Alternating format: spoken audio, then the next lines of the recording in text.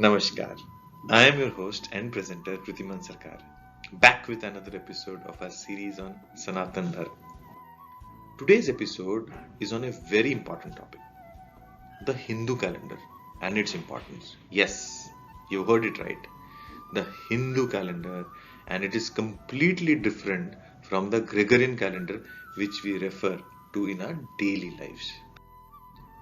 It was Julius Caesar back in 45 BC who introduced the Gregorian calendar, which is followed even today with a year of 12 months and 365 days. And the principal factor distinguishing the Gregorian or the Western calendar and the Hindu calendar is their reference and the frame of reference. The Gregorian calendar is based on the sun, in which year is the time required for the earth to complete one orbit around the sun. But Hindus basically follow the Hindu calendar to observe and celebrate the religious function and the festival which comes all through the year. The Hindu calendar is ingeniously based on both sun and the moon. It uses a solar year but divides it into 12 lunar months. A lunar month, or more accurately, a synodic month, is the time required for the moon to orbit once around the earth and pass through its complete cycle of phases. References from Vedic literature shows that Hindu chronology in its primary stages existed thousands of years before the Christian era. The earliest traces of Hindu chronology, science of time, and chronometry, scientific measurement of time, belong to the Vedic period.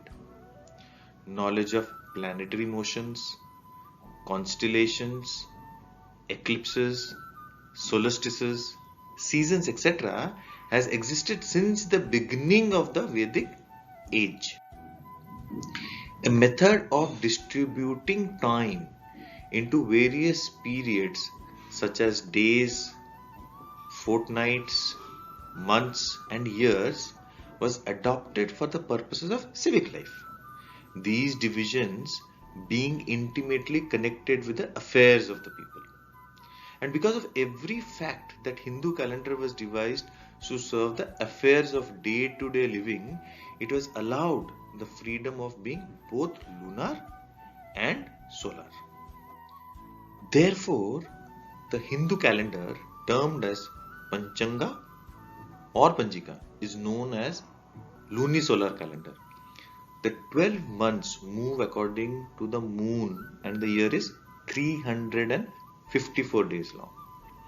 However, every third year, 33 days, 11 extra days multiplied by 3 are added by creating one more lunar month of 29 days. The remaining 4 days are adjusted here and there. Each of the 12 lunar months in the calendar encompasses the time it takes the moon to orbit the earth in relation to the sun. Each lunar month is divided into 30 lunar days. These are further grouped into 2 fortnights with 15 days each. A bright fortnight that comprises the waxing half of the phase of the moon and a dark fortnight that features the waning of moon. In most areas in North India, the month starts on full moon day, while most of the people in southern India count the days of the month from the one new moon to the next. The 12 Indian months, both lunar and solar, equivalent are on the months in the Hindu calendar, and I'll talk about lunar months and the solar months.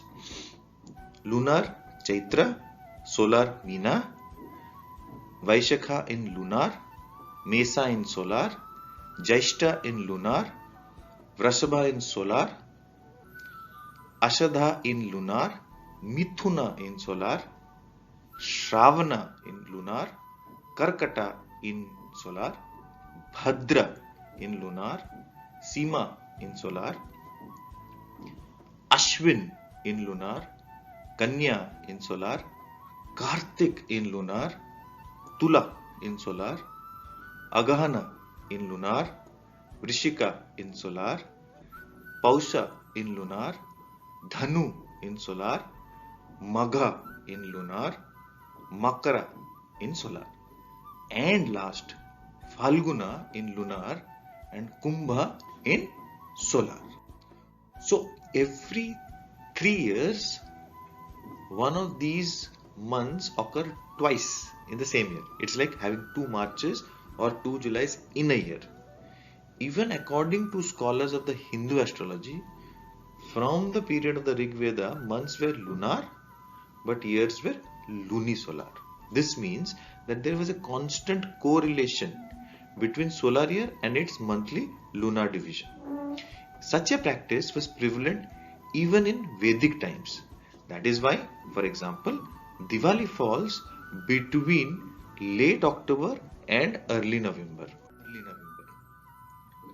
So accurate and practical is the Hindu calendar system that it has become popular in Nepal, Tibet, Thailand and Java, as well as the Islamic West and other regions of Southeast Asia. Several Indian texts on astronomy are known to have translated into Chinese, especially during Sui and Tang dynasty, which was in 581 to 907 AD. While the Indian astronomers and mathematicians traveled widely to spread their knowledge, foreign astrologers and astronomers were also attracted to India from as far as Arabia and Persia. With this, we come to the end of part 1 of the 2-part episode on the topic the Hindu calendar. In the next episode, I will discuss elaborately more about it.